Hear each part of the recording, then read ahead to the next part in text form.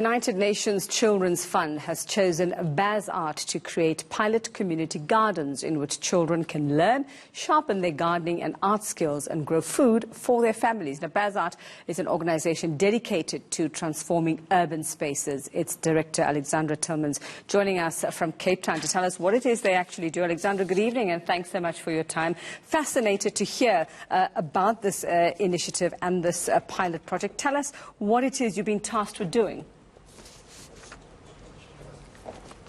Okay, good evening. Thank you very much for welcoming me. It's a real pleasure. So today or tomorrow is the first day of the International Public Art Festival in Cape Town. It's the 4th edition, and an initiative by the community and the residents was to create a first garden, a little nature park in a place that used to be a dump.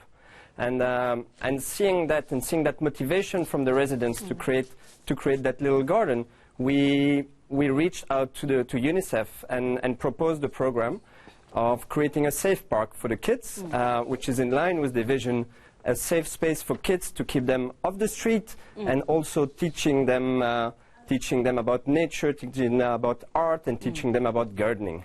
Now, we understand that this has emerged from UNICEF doing some research, releasing a report about what urbanization is doing to the African child, and in terms of just their psychological aspects, their health and development as well. So what would you see as the benefits? What have been the benefits that you've noticed coming out of projects like this for children who are forced to live in mostly inhumane conditions, having to live in informal settlements as cities just get more packed with people?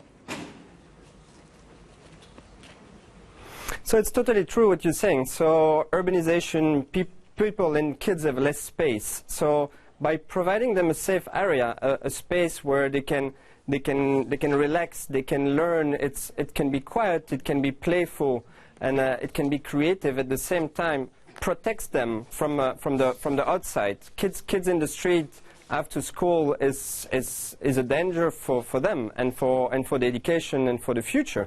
So by building that space, we actually create a safe space for them to get core values which are necessary for them in the future. So we understand that the children and the community will be a part of this project from the word go, from scratch. So they're not just walking into something where you go, okay, plant something in this space or draw something here, create something. They are actually going to help design this. That's totally correct. So it actually started 4 years ago with the first International Public Art Festival, where we painted big murals in the community, and every year thereafter. And the kids were always part of the process. The schools were involved, the creches were involved, and slowly but surely the community and the kids got the buy-in and the enjoyment of it. So from the beginning, the first little garden that was created, and now the veggie garden that is now created, the kids are, of course, part of it. They are painting the walls, and they help planting. Alexandra, if you can give us some idea from those past experiences, what were the changes you saw coming about in these children, in these communities as a whole, because they were part of a project like this? What difference did it make to their lives and their well-being? So for me, what I find beautiful, and it's something I wouldn't have believed 4 years ago, so I'm passionate talking about it now, is that you see that putting colors on the wall and putting art and garden actually create a more inclusive and cohesive community. The neighbors are chatting to one another, the people are outside their house, they're walking in the streets, they're cleaning the place and the community they live in. So it makes them richer, stronger together, and more inclusive towards themselves. And it's the same for the kids, where the kids feel very proud of being there and actually enjoy the living environment they're in. So this pilot project, that's happening in Salt River in Cape Town. Are you going to extend this to other communities? Yes, so the one in Salt River is the first one of its kind.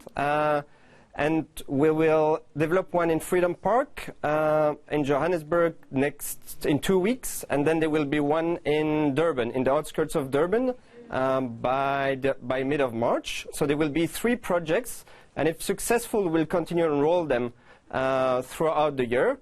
in South Africa, and if successful, we can go beyond South Africa in the future. Fantastic work there, Baz-Art's Alexandra Tillmans. Just the simple things in life, planting, painting, can make all the difference to a child's life. Still to